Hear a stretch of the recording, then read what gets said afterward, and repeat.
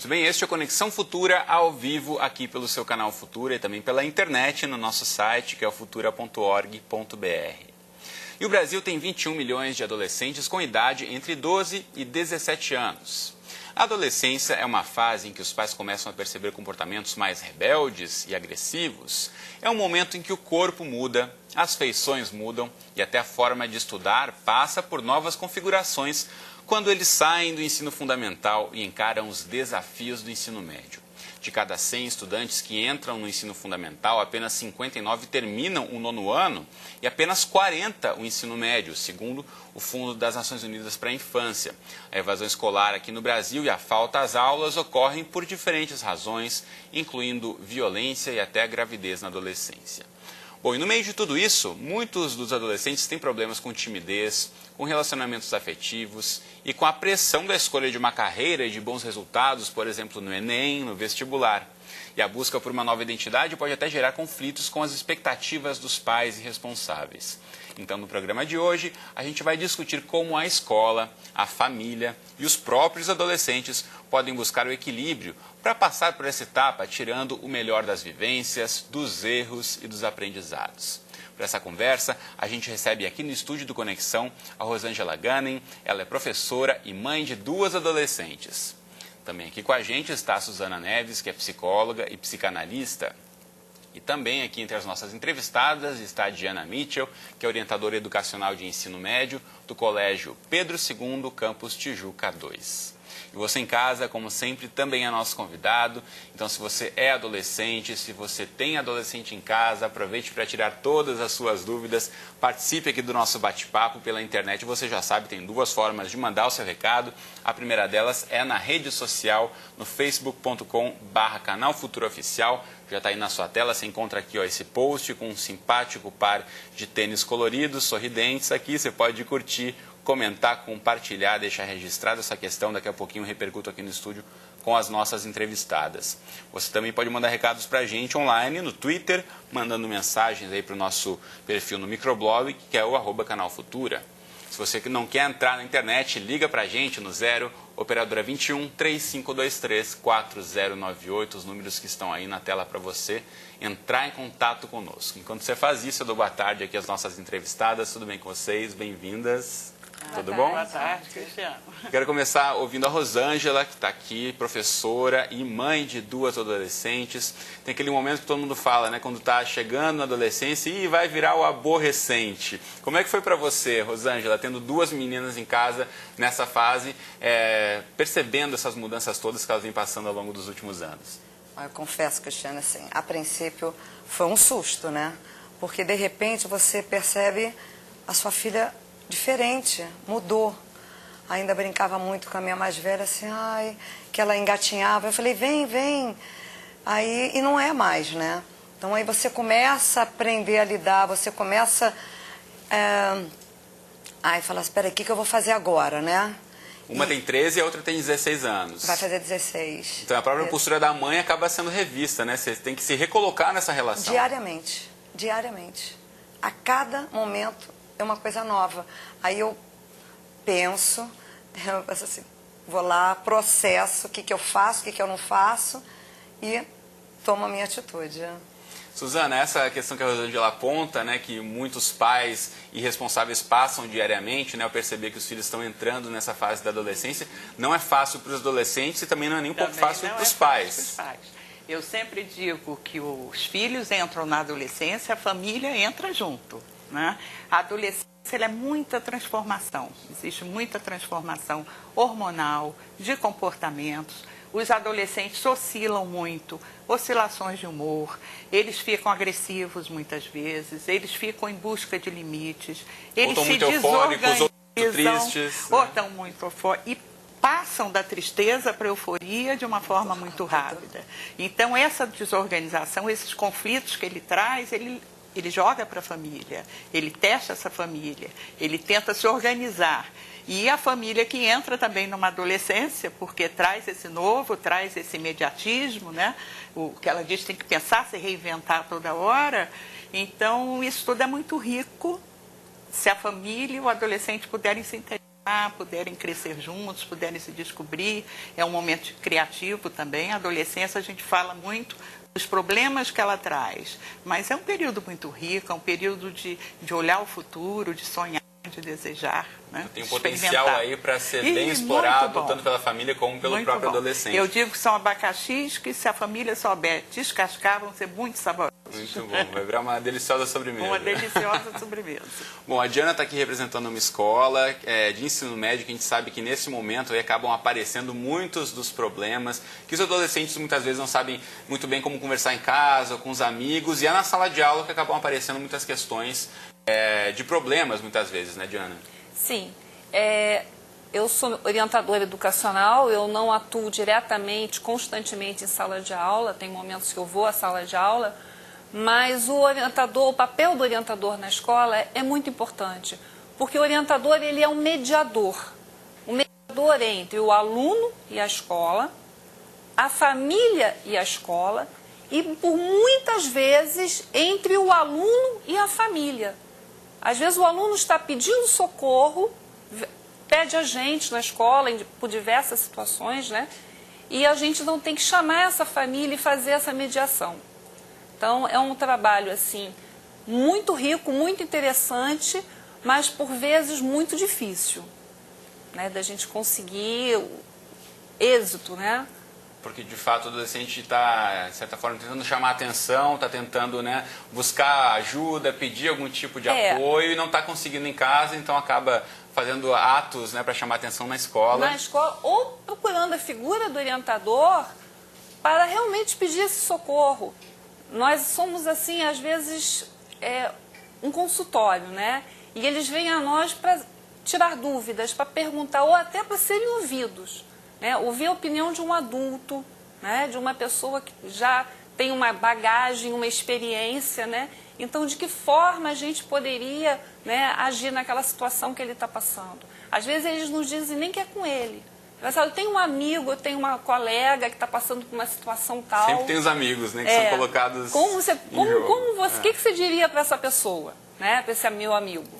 Né? E assim, às vezes, aí a gente começa a perceber, né, que às vezes o problema é com ele e encaminhar essas situações. Rosângela, de que forma você tenta acompanhar o que as suas filhas passam, não só na escola, mas fora da escola também, no ambiente social, com as amigas, para tentar criar um clima mais próximo, uma via de diálogo mais aberta, que a gente sabe que é uma dificuldade para muitos pais? Olha, eu estou sempre presente, sempre, diariamente, né? Eu abro mão de determinadas coisas até para estar junto delas, né? E é sempre o diálogo. Eu converso com elas abertamente sobre tudo, chamo para a gente conversar, falo sobre tudo com elas, para que elas tenham confiança em mim. Eu digo assim, na nossa época, a gente não tinha esse acesso, né, com os nossos pais, né? Então, eu procuro fazer exatamente o que eu precisava naquela época, né? E eu passo isso para elas, né? Mas isso então não vem de agora, na verdade é uma relação que se cria ao longo dos anos, não é porque elas viraram adolescentes que se criou esse canal de diálogo. Chocou agora, né? Eu te confesso que chocou agora, porque agora veio as mudanças. Eu te digo que eu conversava com elas na minha barriga, né? É uma coisa fantástica. Então, agora que vem essa fase diferente, mas que eu aprendi já com a mais velha, ela já agora deu uma estabilizada, e agora vem a menor, que também fica mais fácil, né? Já passei pela primeira. Suzana, essa questão é fundamental, né, do diálogo, né? A Diana está apontando aqui das questões que aparecem na escola, que a escola tem que mediar, já que a família, de certa vez, está até omissa, né, nos problemas do próprio adolescente. E esse diálogo que a Rosângela aponta nem sempre é fácil, os pais não sabem como colocar isso. E foi muito importante você colocar de que isso vem desde o início, né? Vem desde o bebê, como a Rosângela disse, dentro da barriga. Desde a barriga, essa mãe já tem uma voz conhecida que acalma, né? A criança, quando ela nasce, aquela voz já é conhecida. Mas o adolescente, quer dizer, cada um entra na adolescência numa época, numa idade, tem as diferenças, cada pessoa é única. Agora, existe uma coisa comum a todos os adolescentes, que seria a socialização, a necessidade de buscar pares, de buscar grupos, de buscar iguais e de se afastar da família, né? Ele precisa voar. Para criar sua própria identidade. Para criar sua própria identidade, porque tem uma hora que a família já não o satisfaz. Ele precisa buscar no social pares, trocas, né? Enriquecimento, diferente.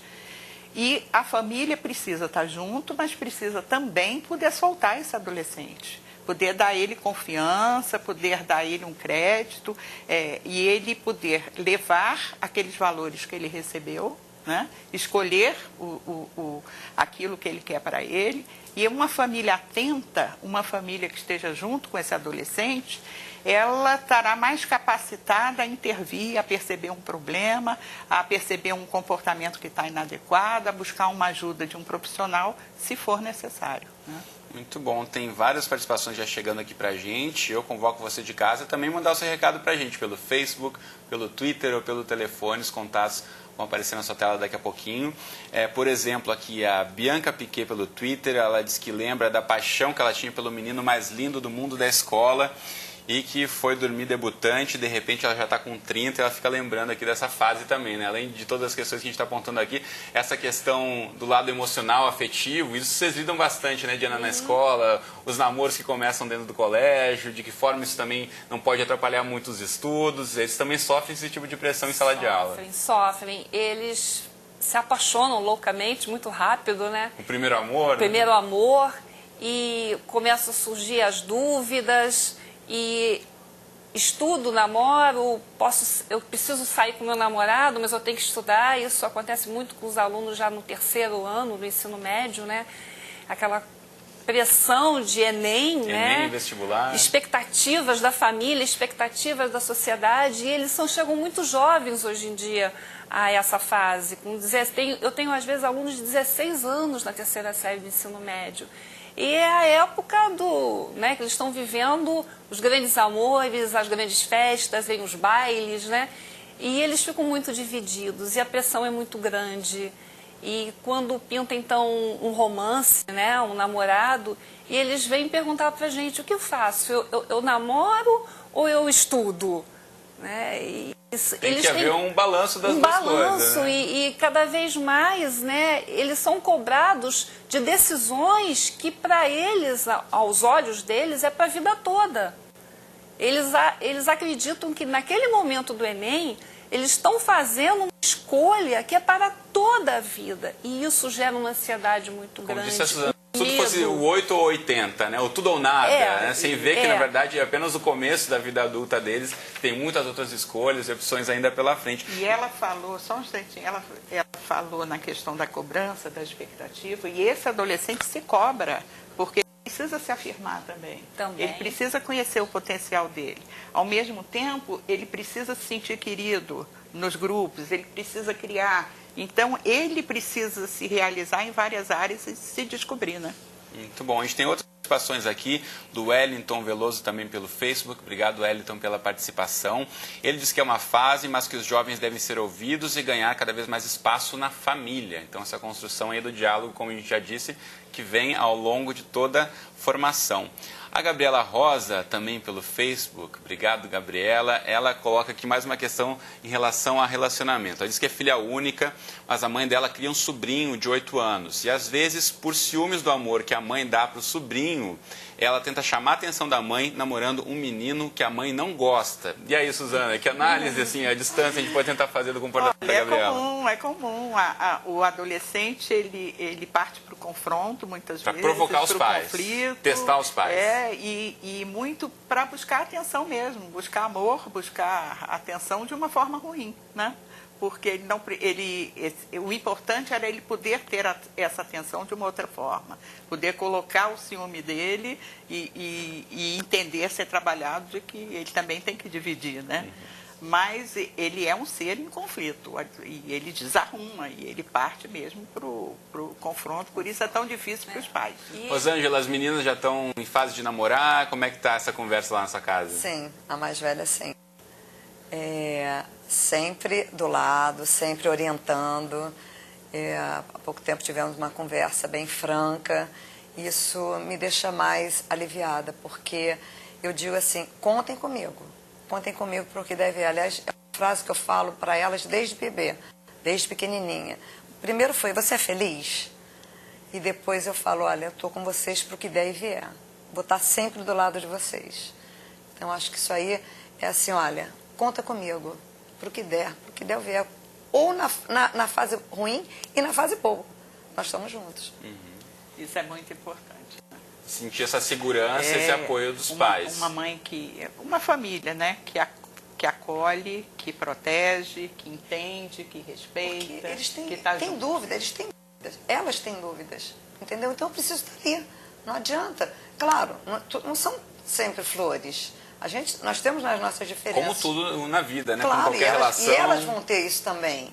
Então é isso que eu estou mostrando para elas. Eu procuro mostrar isso para elas. Diana, agora essa questão de gravidez na adolescência que acaba aparecendo muitas vezes, ou mesmo uso de álcool, até drogas entre estudantes. A gente sabe que isso muitas vezes não é simplesmente ali pelo simples fato de experimentar. Muitas vezes tem outras questões, né, que o adolescente acaba utilizando para chamar a atenção até do ambiente escolar ou em casa, na família. Em casa. Muitas vezes a coisa acontece de tal forma que o próprio adolescente, inconscientemente, ele utiliza o meio escolar para dar ciência aos pais da situação que ele está vivenciando. No caso de drogas, alcoolismo, às vezes a coisa acontece dentro da escola, ele sabe que até vai ser punido, né, dentro da escola de alguma forma, né, mas é a forma que ele tem de pedir socorro. Então a escola, aí entra o papel do orientador, né, chama essas famílias para alertá-los da situação. Algumas famílias recebem muito bem a notícia e agradecem, a gente constrói um trabalho junto. Outras famílias, não. Daqui a escola não passa, do meu filho cuido eu. Então, às vezes, fica muito difícil também para a gente ajudar. A questão da gravidez, cada vez mais, apesar de todos os meios de comunicação, das escolas trabalharem isso, da gente esperar também que as famílias trabalhem essa questão em casa, a gente tem tido na escola muitos casos de jovens, né, de meninas grávidas com 15, 14, 15 anos, né, e que elas pedem a gente para chamar a mãe para a escola interceder nesse momento. Para a escola interceder, que elas não sabem como lidar com essa situação. Tem mais uma participação aqui do Jorge Eduardo no Facebook. Obrigado, Jorge. Várias perguntas aqui, eu vou tentar ao longo do programa, antes do nosso tempo acabar, conseguir responder a todas, hein? Quero ouvir aqui da Suzana. Ele pergunta em relação ao tema que tratamos aqui, de sexo, drogas e gravidez, como começar a debater esses temas complexos com os adolescentes, Suzana? Eu acho que não é nem na adolescência, né? A sexualidade, ela tem que começar a ser colocada de uma forma natural, desde que as crianças, no seu tempo, possam fazer as perguntas e terem as respostas sobre como nascem os bebês. Eu devo chegar a apresentar esse assunto ou esperar ele perguntar? Eu acho que a criança deve perguntar. Os pais devem entender a hora certa, porque também não adianta você levar uma informação que aquela criança ainda não está preparada para ouvir, né?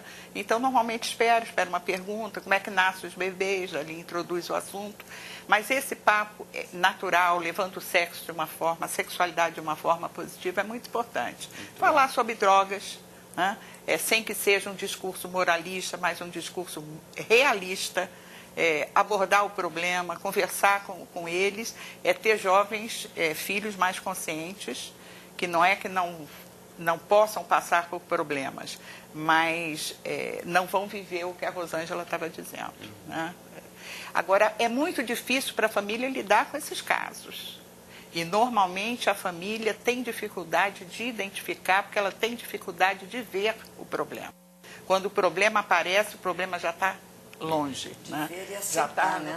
Então tem que estar próximo, como disse a Rosângela aqui, né? Acompanhar o dia a dia, se mostrar como uma pessoa aberta, um pai aberto a ter essa conversa e não simplesmente estipular enfrentar o distâncias com afastar, né, enfrentar o problema no início é muito melhor do que pegar já um problema instalado, né, com difícil. Deixa eu colocar outras questões aqui que estão pra gente. A Girlene, pelo Facebook, obrigado, Girlene. Ela pergunta em relação aos pais divorciados, como a escola, né, como a gente pode tentar auxiliar os adolescentes que estão passando por problemas em relação ao divórcio dos pais. Diana. Isso a gente percebe nas crianças, nos adolescentes, né, uma mudança de comportamento, uma tristeza muito grande ou depressão.